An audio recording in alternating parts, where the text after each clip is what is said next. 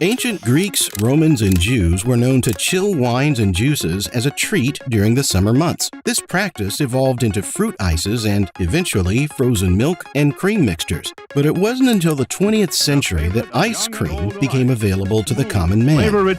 As the Industrial Revolution brought electric power, steam power, and mechanical refrigeration, the ice cream market grew to astronomical size, with an estimated market size of $81.8 billion in just the United States.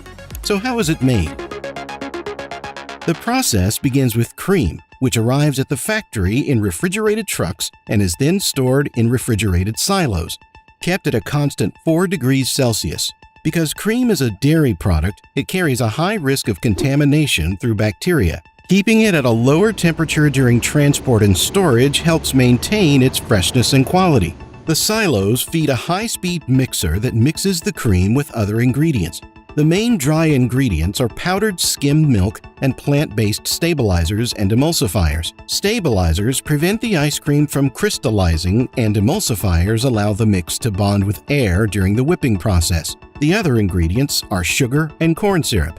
After about 3 minutes of mixing, a pumping system moves the mixture into specialized pasteurization machines. The most commonly used machine is called a plate heat exchanger. It consists of a series of stainless steel plates that are pressed together with gaskets, creating channels for the mixture to flow through. The plates have a large surface area, allowing for efficient heat transfer.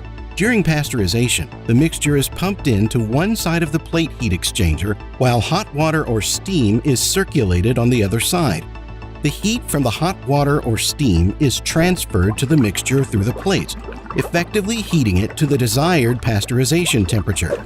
The tanks keep the mixture at 72 degrees Celsius for half an hour, killing any bacteria and activating the stabilizers. Then, the factory homogenizes the mixtures, a process that breaks up the fat globules, giving the ice cream a smooth texture. During homogenization, the hot mix is forced through small openings at high pressure to reduce the liquid fat droplets to a small, uniform size. Homogenization is integral to ice cream's smooth texture and prevents fats from churning in the later freezing stage. After homogenization, the base mixture is often aged for a certain period, typically several hours to overnight in refrigeration. This allows the flavors to meld and the texture to stabilize. The base mixture is cooled down to a lower temperature, usually around 4 degrees Celsius, 39 degrees Fahrenheit.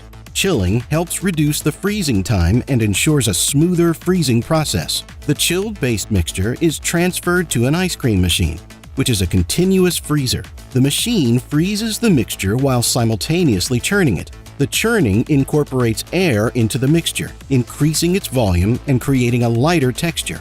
In fact, the volume of the ice cream can increase by 60 to 100% simply because air is added. The incorporation of air is crucial. It makes the ice cream softer and slows the melting process. Without air, ice cream would be too hard to eat. The temperature inside the machine is set between -5 to -8 degrees Celsius, 23 to 18 degrees Fahrenheit.